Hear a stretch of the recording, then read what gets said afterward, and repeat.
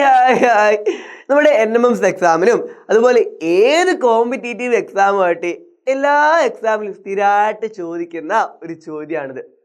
ഈ അടുത്തുള്ള PSC എക്സാമിനും നമ്മുടെ NMMS എക്സാമിനും സ്ഥിരമായിട്ട് അവർക്ക് പ്രത്യേകിച്ച് ഇഷ്ടമുള്ള ഒരു ചിത്രമാണെന്ന് തോന്നുന്നു. ഇത് ഈ ചിത്രമായിട്ട് ബന്ധപ്പെട്ട് കുറേ ചോദ്യങ്ങളാട്ടോ നമ്മുടെ NMMS ചോദിച്ചിട്ടുള്ളത്. മാറ്റിന്റെ ഭാഗത്തുനിന്ന് എന്താന്ന് വെച്ചാൽ ഇതിൽ എത്ര ട്രയാങ്കിൾസ് ഉണ്ട് എന്ന് ചോദിക്കും. അപ്പൊ നമ്മൾ പല ആൾക്കാരും എണ്ണി നോക്കും. പക്ഷെ എണ്ണി നോക്കുമ്പോൾ നമ്മൾ നേരത്തെ എണ്ണിയിട്ടുള്ള ട്രയാങ്കിൾ വീണ്ടും എണ്ണി പോവുക, അല്ലെങ്കിൽ ഏതെങ്കിലും ട്രയാങ്കിൾ വിട്ടു പോവുക, അങ്ങനെ സ്ഥിരമായിട്ട് വരും. അപ്പോൾ നമ്മൾ വിചാരിക്കുന്നത് ഒരു ടഫായിട്ടുള്ള ചോദ്യമാണ്. നമ്മൾ കുറേ ട്രിക്കുകൾ നോക്കിപ്പോവും. അങ്ങനെ പല യൂട്യൂബ് വീഡിയോസും കണ്ടിട്ട് പല ഇക്വേഷൻസും പഠിക്കും. അങ്ങനെ പല പല ചിത്രങ്ങൾ എക്സാമിന് വന്ന് ചോദിക്കുമ്പോൾ ഇതിൽ ഏത് ഇക്വേഷൻ എവിടെയാണ് ഉപയോഗിക്കുക, അതുപോലെ കുറേ ഇക്വേഷൻ പഠിച്ചുകൊണ്ട് ഇതൊരു ബുദ്ധിമുട്ടുള്ള ടോപ്പിക്കാന്ന് വരെ നമ്മൾ വിചാരിക്കും. പക്ഷേ എണ്ണി നോക്കിയിട്ട് തന്നെ ഏറ്റവും എളുപ്പത്തിൽ ഇതിന് ഉത്തരം കണ്ടെത്താനുള്ള ശരിക്കുള്ള വഴിയായിട്ടാണ് മാഷ് എത്തിയിട്ടുള്ളത്. അപ്പം ഈ ട്രിക്ക് നിങ്ങൾ വേറെ എവിടെയും കണ്ടിട്ടുണ്ടാവില്ല. ഈ ട്രിക്ക് ഉപയോഗിച്ചിട്ട് ചെയ്ത് കഴിഞ്ഞാൽ നിങ്ങളുടെ ഉത്തരം നിങ്ങൾക്ക് സിമ്പിളായിട്ട് കിട്ടും. നിങ്ങളുടെ ഉത്തരം കാണാനുള്ള ട്രിക്ക് എന്താണ്? സിമ്പിളാണ്. എന്താണെന്ന് വെച്ചാൽ മാഷ് പറഞ്ഞു എണ്ണി നോക്കിയിട്ടാണ് ഉത്തരം കണ്ടെത്തേണ്ടതെന്ന്. പക്ഷെ എണ്ണി നോക്കുമ്പോൾ കുറേ പ്രശ്നങ്ങളുണ്ട്. ആ പ്രശ്നങ്ങളൊക്കെ ഒഴിവാക്കാവുന്ന എണ്ണൽ നിങ്ങൾക്ക് ഏറ്റവും സിമ്പിളാക്കി തരാവുന്ന ഒരു ട്രിക്കായിട്ടാണ് ഞാൻ എത്തിയിട്ടുള്ളത്. പല ആൾക്കാരും ഈ രൂപത്തിൽ ചിന്തിച്ചിട്ടുണ്ടാവില്ല. എന്താന്ന് വെച്ചാൽ ഇവിടെ നോക്കിക്കേ, ഇതിനിടയിൽ കുറേ ഗ്യാപ്പുകൾ ഉണ്ട് അല്ലേ? ഇവിടെ ഒരു ഗ്യാപ്പ് ഉണ്ട്, ഇവിടെ ഒരു ഗ്യാപ്പ് ഉണ്ട്, ഇവിടെ ഒരു ഗ്യാപ്പ് ഉണ്ട്, ഇവിടെ ഒരു ഗ്യാപ്പ് ഉണ്ട്, ഇവിടെ ഒരു ഗ്യാപ്പ് ഉണ്ട്. അപ്പോൾ എണ്ണൽ എളുപ്പമാക്കാൻ വേണ്ടി നിങ്ങൾ എന്ത് ചെയ്താൽ മതി എന്നറിയോ? ഇതിലുള്ള ഓരോ ഗ്യാപ്പിലും ABCD ആദ്യം എഴുതുക. അപ്പോൾ ഞാൻ ഈ ഗ്യാപ്പിൽ A എഴുതി, ഇവിടെ B എഴുതി, ഇവിടെ C എഴുതി, ഇവിടെ D എഴുതി, ഇവിടെ E എഴുതി. ABCD എന്തെങ്കിലും ബുദ്ധിമുട്ടുണ്ടോ? ഇല്ല. അപ്പോൾ ഞാൻ ഓരോ ഗ്യാപ്പിലും ABCD എഴുതി. ഇനി ഈ ഗ്യാപ്പിൽ ABCD എഴുതിയിട്ടില്ലേ, ഇതിലുള്ള ഓരോ ലെറ്ററും ഒരു ത്രികോണാകൃതിയിലാണോ ഒരു ട്രയാങ്കിൾ ഷേപ്പിലാണോ നോക്കുക. നമുക്ക് എത്ര ട്രയാങ്കിൾസ് ഉണ്ട് ഇതാ കണ്ടുപിടിക്കേണ്ടത്. അപ്പോൾ ഇതിലുള്ള A എന്നുള്ള ലെറ്റർ എഴുതിയ ഭാഗം ഏത് ഷേപ്പാ? ട്രയാങ്കിൾ ഷേപ്പാണ്. അപ്പോൾ ഒരു ട്രയാങ്കിൾ നമ്മൾ കണ്ടെത്തി. എന്താണ്? A ഒരു ട്രയാങ്കിൾ ആണ്. അതുപോലെ B എന്ന് ലെറ്റർ എഴുതിയ ഭാഗം ഇതും എന്താണ്? ഒരു ട്രയാങ്കിൾ ഷേപ്പിന്റെ ഉള്ളിലാണ്. അപ്പോൾ B ഒരു ട്രയാങ്കിൾ ആണ്. അതുപോലെ C എന്ന് ലെറ്റർ എഴുതിയ ഭാഗം ഇതും എന്താണ്? ഒരു ട്രയാങ്കിൾ ഷേപ്പിന്റെ ഉള്ളിലാണ്. അപ്പോൾ C എന്താണ്? ഒരു ട്രയാങ്കിൾ ആണ്. അതുപോലെ D ഇതും ഒരു ട്രയാങ്കിൾ ഷേപ്പാണ്. അപ്പോൾ D ഒരു ട്രയാങ്കിൾ ആണ്. അതുപോലെ E ഇതും മൂന്ന് സൈഡിലുള്ള എന്താ? ഒരു ട്രയാങ്കിൾ ആണ്. ഇതൊരു ത്രികോണാണ്. അപ്പോൾ ഇയും ഒരു ട്രയാങ്കിൾ ആണ്. അപ്പോൾ ഓരോ ലെറ്റർ വീതം നമ്മൾ നോക്കി നമുക്ക് എത്ര ട്രയാങ്കിൾസ് കിട്ടി? 1 2 3 4 5 ട്രയാങ്കിൾ കിട്ടി. ഇനി അടുത്ത നിങ്ങൾ എന്താ ചെയ്യേണ്ടതെന്ന് വെച്ചാൽ രണ്ട് ലെറ്റർ വീതം വരുന്ന എത്ര ട്രയാങ്കിൾ നോക്കുക. ഈ A എന്നുള്ള ലെറ്റർ വരുന്ന ഈ ഷേപ്പും E എന്ന ലെറ്റർ വരുന്ന ഈ ഭാഗം ഇത് രണ്ടും കൂടെ ചേർത്ത് വെച്ചാൽ നമുക്ക് ഒരു വലിയ ട്രയാങ്കിൾ കിട്ടും.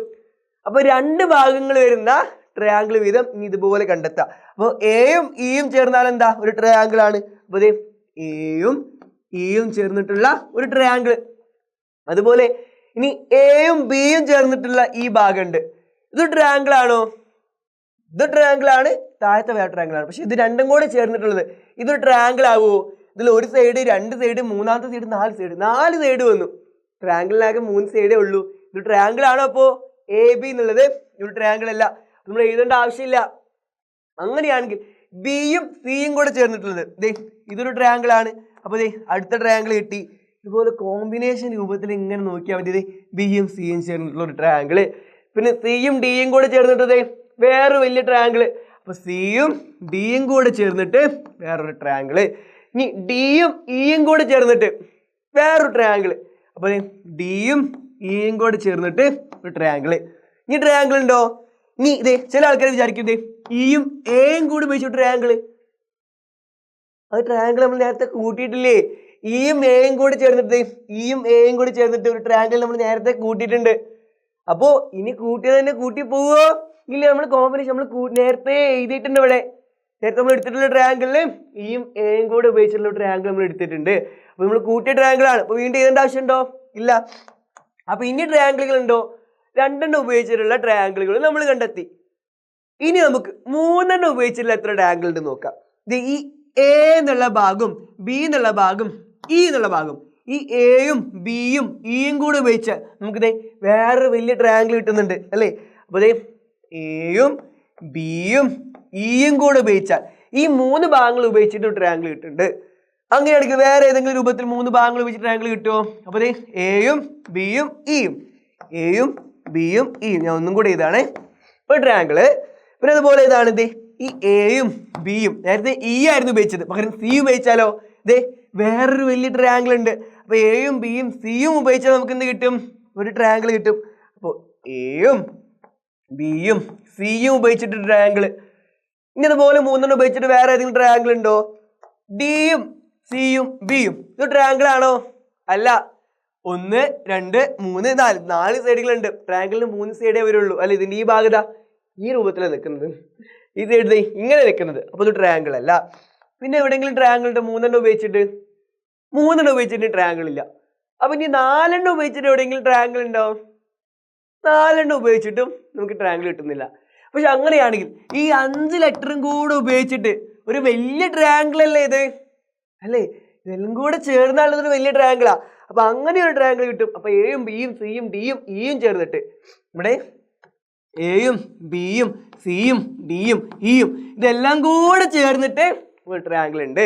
അപ്പൊ ഒരു ട്രയാങ്കിള് 2 3 4 5 6 7 8 9 10 11 12 ട്രയാങ്കിൾ നമ്മൾ ഇതിൽ ആകെ കണ്ടെത്തി. നമ്മൾ ഈ രൂപത്തിൽ നോക്കിയോണ്ട് തന്നെ ഒരു ട്രയാങ്കിളും വിട്ടുപോയിട്ടുണ്ടാവില്ല. അപ്പൊ ഇതിലാകെ 12 ട്രയാങ്കിൾ നമ്മൾ കണ്ടെത്തി. ഇത് ശരിയാണോ നമുക്ക് നോക്കിയാലോ? ഇതിന് ഉത്തരം എന്താ നോക്കാം. ഉത്തരം എന്താണ്? ഓപ്ഷൻ ഡി 12 തന്നെയാണ്. സിമ്പിൾ. അങ്ങനെയാണെങ്കിൽ ഈ ചിത്രം തന്നെ ഉപയോഗിച്ചിട്ട് വേറൊരു ചോദ്യം നമ്മുടെ NMMSന് ചോദിച്ചിട്ടുണ്ട്. എന്താന്ന് വെച്ചാല് ഇതുപോലെ ഒരു ഷേപ്പ് ഉണ്ടാക്കാൻ വേണ്ടിയിട്ട് ഏറ്റവും കുറഞ്ഞത് എത്ര ലൈൻസ് വേണ്ടി വരുന്നു? അതായത് ഏറ്റവും കുറച്ച് ലൈൻസ് മാത്രം ഉപയോഗിച്ചിട്ട് ഇങ്ങനെ ഒരു ഷേപ്പ് ഉണ്ടാക്കണം. അങ്ങനെയാണെങ്കിൽ ഏറ്റവും കുറച്ച്, അതായത് ഏറ്റവും കുറഞ്ഞത് എത്ര ലൈൻസ് ഉപയോഗിച്ചിട്ട് നമുക്ക് ഈ ഷേപ്പ് ഉണ്ടാക്കാന്ന ചോദ്യം. അത് നമ്മളായിട്ട് കാണാം. ലൈൻ എന്ന് വെച്ചാൽ എന്താ? ഒരു നേരുള്ള വരേനെ നമുക്ക് ലൈൻ എന്ന് വിളിക്കാം. അപ്പൊ ഇതൊരു നേരുള്ള വരയാണ്. അപ്പൊ ഇങ്ങനൊരു വര വരച്ചു. പിന്നെ അതുപോലെ ഇതൊരു നേരുള്ള വരയാണ്, രണ്ടാമത്തെ വര. ഇതൊരു നേരുള്ള വരയാണ്, മൂന്നാമത്തെ വര. ഇതൊരു നേരുള്ള വരയാണ്. ഇതുവരെ പറ്റുമോ? ഇത് ഇനി അങ്ങോട്ട് വേണമെങ്കിൽ നീട്ടി വരയ്ക്കാം അല്ലേ? മാക്സിമം ലൈൻസിന്റെ എണ്ണം കുറയ്ക്കണം. അപ്പൊ നാലാമത്തെ വര, അഞ്ചാമത്തെ വര, ഏറ്റവും അവസാനം ആറാമത്തെ വര. അപ്പൊ നേരെയുള്ള എത്ര വരകൾ ഉപയോഗിച്ചിട്ട് നമുക്ക് ഷേപ്പ് ഉണ്ടാക്കാം? ഏറ്റവും കുറഞ്ഞത് 6 വരകളെങ്കിലും ഷേപ്പ് ഉണ്ടാക്കാൻ വേണം. അപ്പൊ ഓപ്ഷൻ 6 ഉണ്ടോ? ഉണ്ട്. ഓപ്ഷൻ ബി 6 ആണ്. ഓപ്ഷനിൽ ഏറ്റവും ചെറിയ നമ്പർ 6 ആണ്. അപ്പോൾ 6 വര ഉപയോഗിച്ചിട്ട് ഏറ്റവും കുറഞ്ഞ അളവില് 6 വരയാണ് നമുക്ക് ഈ ഷേപ്പ് ഉണ്ടാക്കാൻ വേണ്ടത്. അപ്പൊ ഷേപ്പ് ഉണ്ടാക്കാൻ വേണ്ട ഏറ്റവും കുറവ് വരകൾ എണ്ണം എന്താണ്? 6 ആണ്. Option B. അപ്പൊ ഈ രൂപത്തിലും ഈ ചിത്രത്തിന് എക്സാമിന് ചോദ്യം ചോദിക്കട്ടോ. അപ്പൊ ഏറ്റവും എളുപ്പത്തില് ട്രയാങ്കിൾ ആവട്ടെ, ചിലപ്പോൾ സ്ക്വയർ ആയിരിക്കും ചോദിക്കുന്നത്. ഏത് ഷേപ്പിന്റെ എണ്ണം ചോദിച്ചാലും ഏറ്റവും എളുപ്പത്തിൽ തെറ്റാതെ അത് എണ്ണി കണ്ടുപിടിക്കാനുള്ള മാർഗം നിങ്ങൾ കണ്ടു. ഗ്യാപ്പിലൊക്കെ ABCD എഴുതുക. എന്നിട്ട് ഓരോ ലെറ്റർ വീതമുള്ള എത്ര ഷേപ്പ് ഉണ്ട് നോക്കുക, 2 ലെറ്റർ വീതമുള്ള ഷേപ്പുകൾ നോക്കുക, 3 ലെറ്റർ വീതമുള്ള ഷേപ്പുകൾ നോക്കുക. അങ്ങനെയൊക്കെ നോക്കിക്കഴിഞ്ഞാൽ പെട്ടെന്ന് നമുക്ക് തെറ്റാതെ അതിനുള്ള ഉത്തരം കണ്ടെത്താൻ വേണ്ടി കഴിയും കേട്ടോ. അപ്പൊ ഇതാണ് അതിന് ഏറ്റവും എളുപ്പത്തിലുള്ള മാർഗം. ബാക്കിയുള്ള മാർഗങ്ങളൊക്കെ നിങ്ങൾ പഠിച്ച് എക്സാമിന് ടഫ് ആക്കാതിരിക്കുക കേട്ടോ. അപ്പോൾ നമുക്ക് എന്തായാലും ഇനി ഇതുപോലെ കൂടുതൽ ടിപ്സ് ആയിട്ട് അടുത്ത വീഡിയോയിൽ കാണാം. കൂടുതൽ ടിപ്സ് ആവശ്യം നിങ്ങളെ കാര്യം കമന്റ് ബോക്സിൽ അറിയിക്കുക. അതുപോലെ തന്നെ നിങ്ങൾക്ക് വേണ്ട എല്ലാ നോട്ടുകളും നമ്മൾ വാട്സപ്പ് കമ്മ്യൂണിറ്റി ഗ്രൂപ്പ് വഴി ആയിരിക്കും അയച്ചു തരാം. NMMSന്റെ നോട്ടാവട്ടെ, 8ാം ക്ലാസ്സിന്റെ നോട്ടാവട്ടെ, ഇതൊക്കെ വാട്സപ്പ് കമ്മ്യൂണിറ്റി ഗ്രൂപ്പ് വഴി അയച്ചു തരും. അപ്പോൾ ആ നോട്ടുകളൊക്കെ നോക്കി പഠിച്ചാലും നിങ്ങൾക്ക് ഒരുപാട് നമ്മളെ ക്ലാസ്സിലൊക്കെ പെട്ടെന്ന് ചെയ്യാൻ വേണ്ടിയിട്ടൊക്കെ പഠിക്കാം. അപ്പോൾ നിങ്ങൾക്ക് വേണ്ട നോട്ടുകളൊക്കെ വാട്സപ്പ് കമ്മ്യൂണിറ്റി ഗ്രൂപ്പിലാണ്. കമ്മ്യൂണിറ്റി ഗ്രൂപ്പിൻ്റെ ലിങ്ക് ഡിസ്ക്രിപ്ഷൻ ബോക്സിലുണ്ട്. ആ നോട്ടുകളൊക്കെ നോക്കി നിങ്ങൾ പഠിക്കുക. എല്ലാവർക്കും NMMS എക്സാം കിട്ടട്ടെ കേട്ടോ. അപ്പോൾ ലൈവുകളൊക്കെ ഉണ്ടായിരിക്കും. ഏതൊക്കെ ആയിരിക്കും നമ്മുടെ ചാനലിൽ ലൈവുകൾ ഉണ്ടായിരിക്കുക. അപ്പോൾ ലൈവുകളും ആരും മിസ്സാക്കാതെ കാണുക. നമുക്ക് എന്തായാലും ഈ ലൈവിലും അടുത്ത വീഡിയോയിലൊക്കെ ആയിട്ട് കാണാം. ക്ലാസ് ഇഷ്ടപ്പെട്ട കാര്യം കമന്റ് ബോക്സിൽ അറിയിക്കുക. Bye bye.